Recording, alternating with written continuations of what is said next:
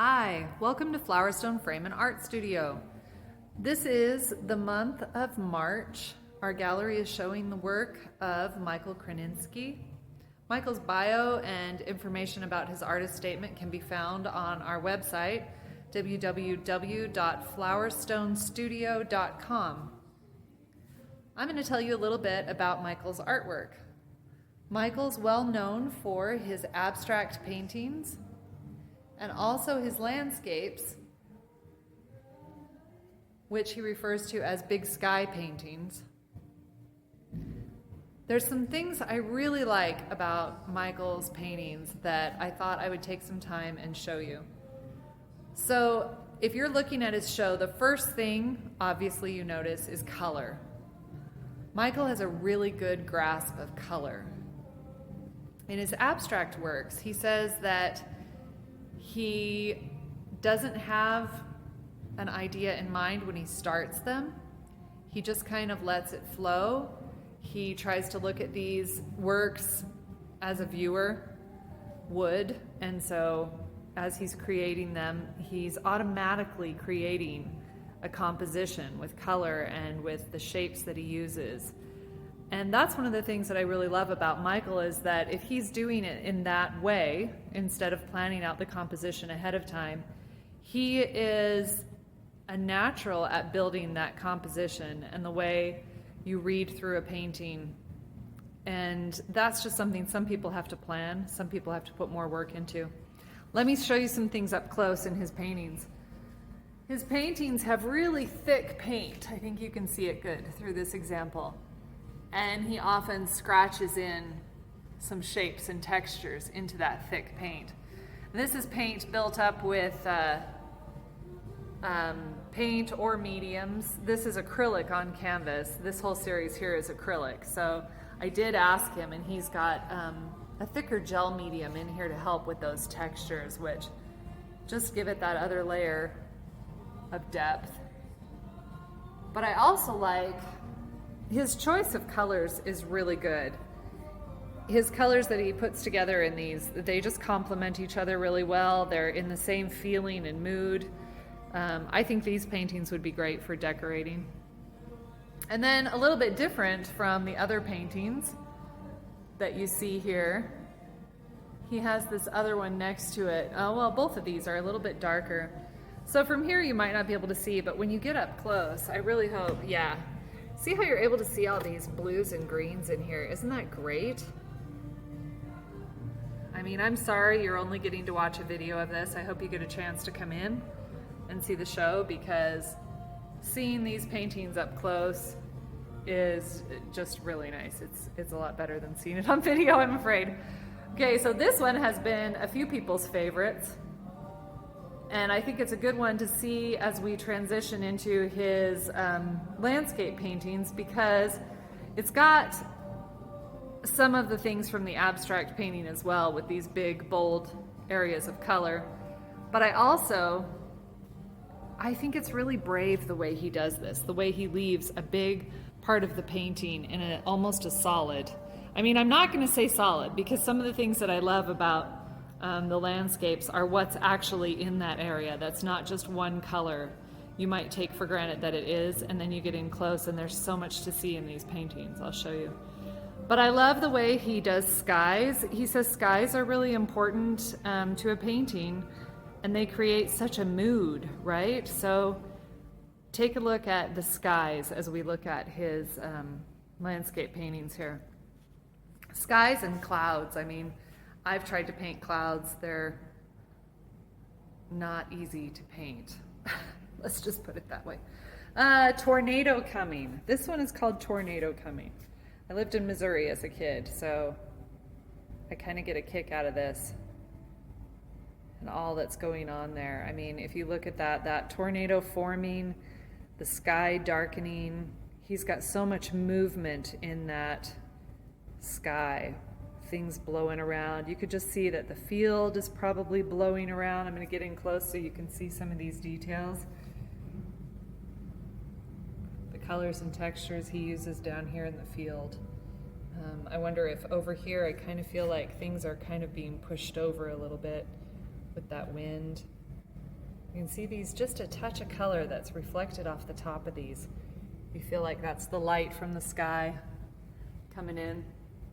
This one is called Morning Sun. Same thing, like such a colorful, beautiful sky, but those colors, even though it's colorful, they're the right colors to use, right?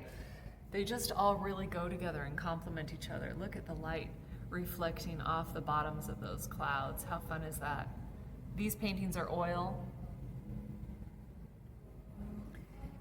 He lived in Pennsylvania for a while, and so a lot of these landscapes, he says, were influenced by some of those, some of the Quaker homes that are out there in Pennsylvania, and I can see that, some of these big barns and big buildings. I love these clouds. I love the light again on the clouds and how big and billowy and fluffy they are. He's really good at making the sky colors reflect off the water below, like in, I'm going to skip over to this one because that's what I'm talking about. See the sky color reflecting off that water. Isn't that fun? And again, this is one of those with this big area where you're like, wow, it's just one color, right? But when you get in here, you can see the layers of these colors. There's this reddish brown underneath the green that creates a depth and a texture to that. It's really beautiful. His drawings are very well done of these buildings too.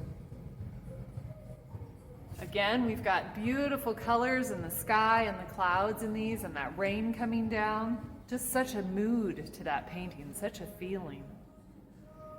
This is one that this is called the John Johnson Farm, and John Johnson is a part of LDS history.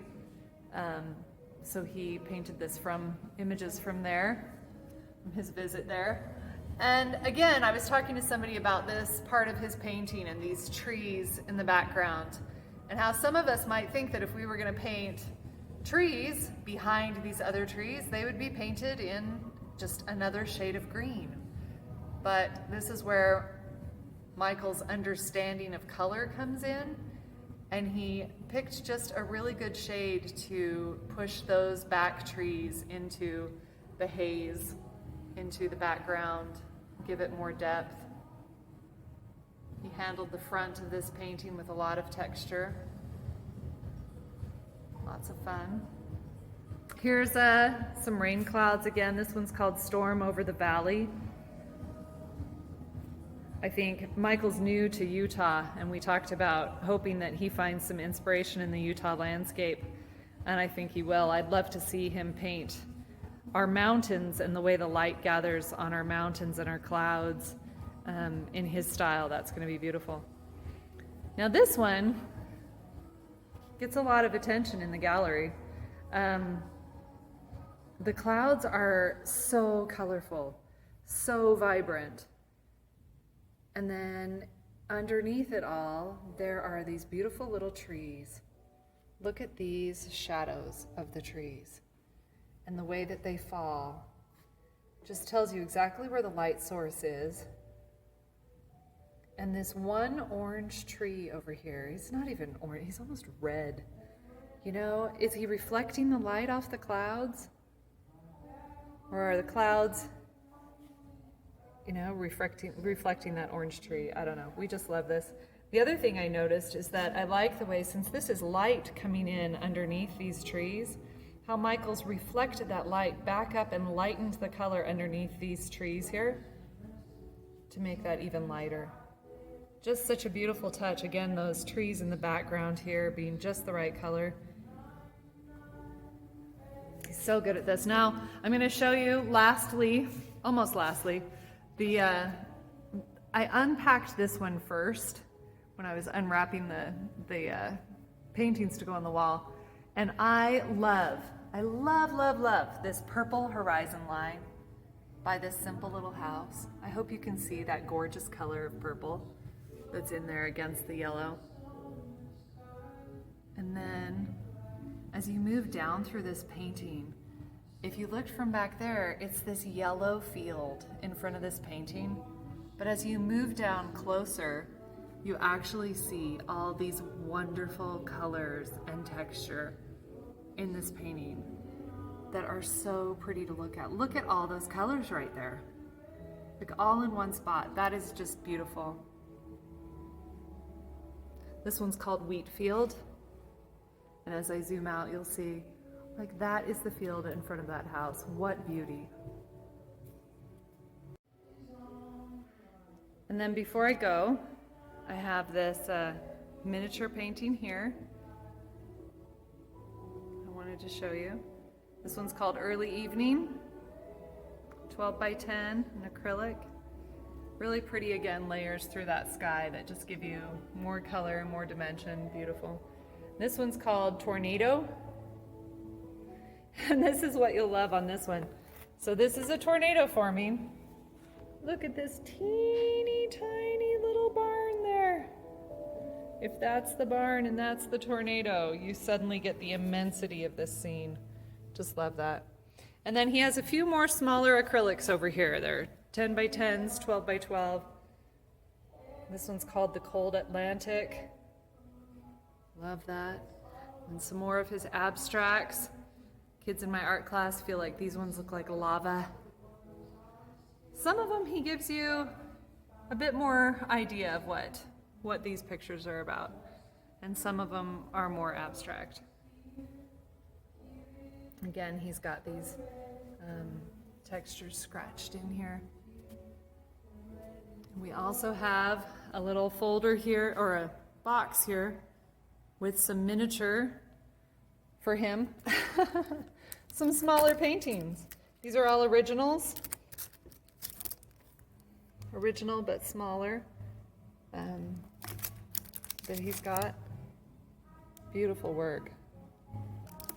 So, we hope if you get the chance, you'll try to come in and see the show. And if not, gosh, I hope you'll give me some comments. Tell me what you liked about his show, which pieces. If you have any questions, I could try to get you answers for them. Look at these. Anyway, thanks for touring the gallery today.